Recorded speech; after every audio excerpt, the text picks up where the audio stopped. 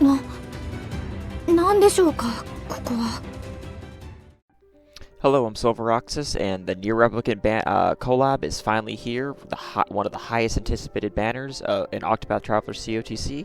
This is another unit review covering those units, and this review is going to be covered Emil, the Stone Cold Dark Mage. So what does Emil do? Emil is a cleric whose role is a dark DPS. His special abilities is that he has a 10-hit dark skill that can be combined with EX Tatlock for 20 shield shaves. His preferred weapons are Cosmic Staff for a mix of damage cap and overall damage up, and Brilliant Staff for pure damage cap. Preferred accessories would be Dark Damage Up accessories, Magic Attack up to cap to 50% if nobody in the party is giving passive magic attack to him, damage cap otherwise. For his passive skills, his first passive, he gives himself 30% magic attack up. His 6-star skill evolution also gives himself 30% crit up and the ability to crit with magic.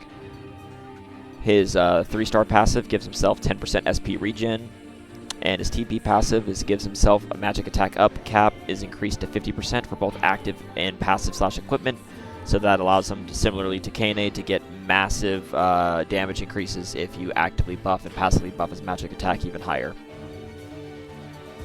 For his skills, his base kit, he has a single ally heal that reaches the entire front row at max boost, a 3-hit single target dark that exploits tome, a 3-hit random target dark that exploits tome but inflicts 15% dark resistance down for 2 turns per hit, a front row 15% physical defense magic defense up for 2 to 5 turns plus a 1-hit 30% damage reduction. He has a swift strike skill that, starting on the next turn for 2 to 5 turns, perform the following attack at the start of the turn, a 3-hit random target dark that exploits tome. This will act before everything in the game except for cover abilities, enemies out of break, and like Dragoon jumps. And he has a front row 20% physical attack, magic attack up for 2 to 5 turns, and it will use an extra 45 SP if you have it to also grant 20% spear, dagger, and dark damage up for 2 to 5 turns. His 4-star skill is a 1-hit single target dark that exploits tome. At max boost, spend up to 180 extra SP to repeat this attack once per 20 SP spent, up to 9 more times. This is his 10-hit skill. He has a 3-hit AoE dark that exploits tome. Use an extra 15 SP to double cast this skill, becoming a 6-hit AoE dark, so this is one of his best nuking options. And then he has a 1-hit single target dark that exploits tome. Use 15 extra SP to double cast this skill. This is really strong, and so this is just a 2-hit that's going to that super damage cap. And then his TP skill is a front row regen for 2 to 5 turns, plus remove certain status ailments. So for his EX skill plus ultimate technique, his EX skill has 2 total uses, and it's unlocked from turn 3 onward. It's a 1-hit single target dark that exploits tome, and use 200 extra SP to double cast this skill. This is a Giga Nuke in power. So this is going to extremely damage cap, and you can double cast it, so this can be used to basically damage cap through shield if you really wanted to, I guess, but I would not use this on break because you're just going to auto damage cap with this.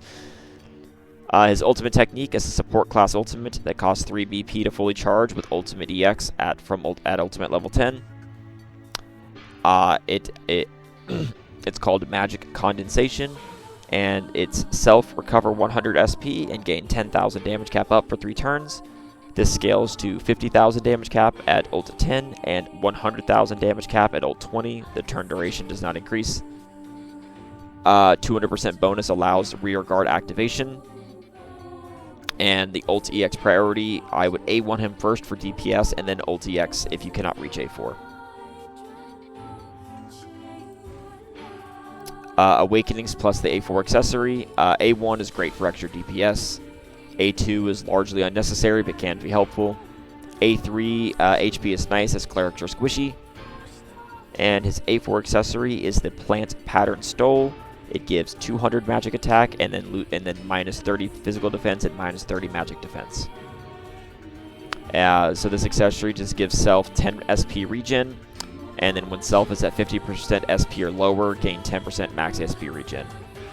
So the A4 tier rating is A tier because the SP passives are helpful for some units that use an excessive amount of SP, but the main reason it's decently high is just because of the 200 magic attack. That is a lot of bonus magic attack to beef up any magic DPS or healer to be even more effective. The defense loss is extremely minimal. This is not worth chasing after, but it's very nice if you do end up with it. This is the weakest of the 3 near collab A4s. For an optimal skill loadout, skill 1 I would take as 3-hit random target dark that exploits tome and debuffs dark resistance down. That's just good for any dark damage dealer to use this to get dark res down capped. You might have a lot of options for that in your team, but if you don't, he has one as well. Skill 2, the 10-hit single target dark for massive shield shaving and possible nuking. Skill 3, the 3-hit AoE dark, the double cast for a 6-hit strong nuking option. Skill 4, front row 20% physical attack, magic attack up, plus spear, dagger, dark damage up. And he doesn't need to bring regen, as there are far better healers out there. The single target double cast skill is going to slam cap, and you have the EX skill already. The Swift Strikes is fine, but he's better being your DPS for Dark rather than the Breaker and having to wear Breaker accessories. So for unit synergy, Tatlock EX. If you pulled for her, you are being rewarded now. She enables an Emil to single target shave 20 shields a turn and can buff his dark damage up to 50% cap and give implants for bonus damage. Detrena, great dark DPS to go along with Emil and can cap dark res down. Odio S, future with buffs, can be your dark team regen caster and does massive dark support and damage now with his buffs. Rinyu EX, Solon for magic with all elemental damage buffs for both active and ultimate to help reach the active 50% dark damage up from Tatlock EX. Isla, general magic support with his all allies magic attack up and all allies elemental damage up ultimate. Black Maiden in the far future, elemental exploits for more coverage and gives a ton of passive dark damage up when she kills and revives her team to help reach Tatlock EX's 50% passive cap easier.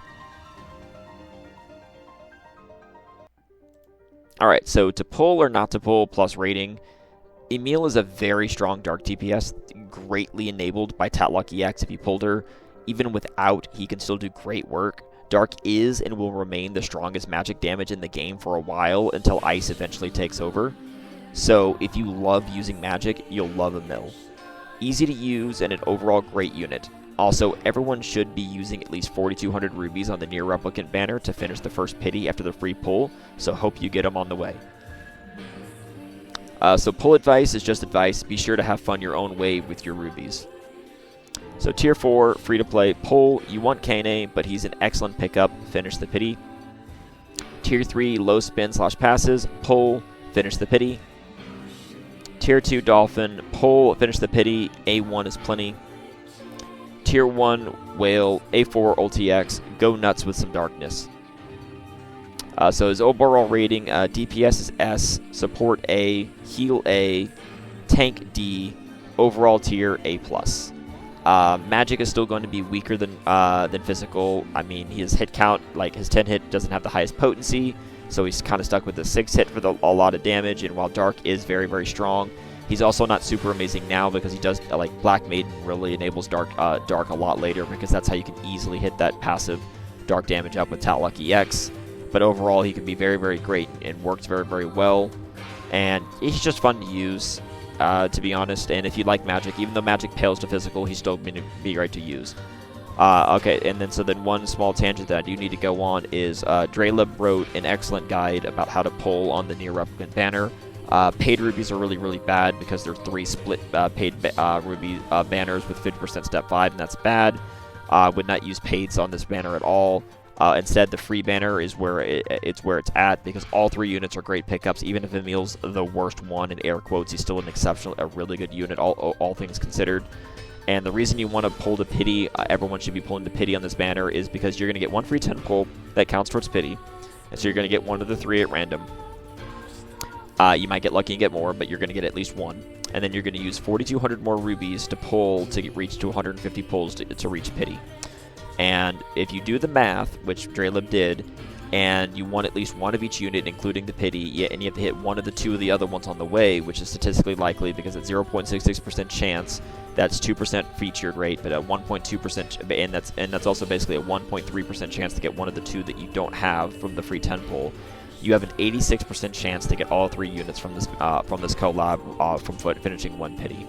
And there's also pretty good odds that you might get some other ones and some extra dupes and stuff. And if you happen to get all of them before pity, then you can use the pity to get like an extra Kane dupe. So just keep that in mind, as that's a very good option as well. And then also for the low to mid spenders out there, don't forget that the stone packs are an option to give yourself a guaranteed dupe for any of the collab characters. It's actually a pretty good value if you're like one away from an A4, or especially on KNA if you need one more to get our ulti X because you got unlucky. Other than that, just keep that in mind, and please pull and spend responsibly if you do so. I'm going to be streaming my pulls and doing at least one pity on Thursday, so please come by and either watch me be happy or suffer.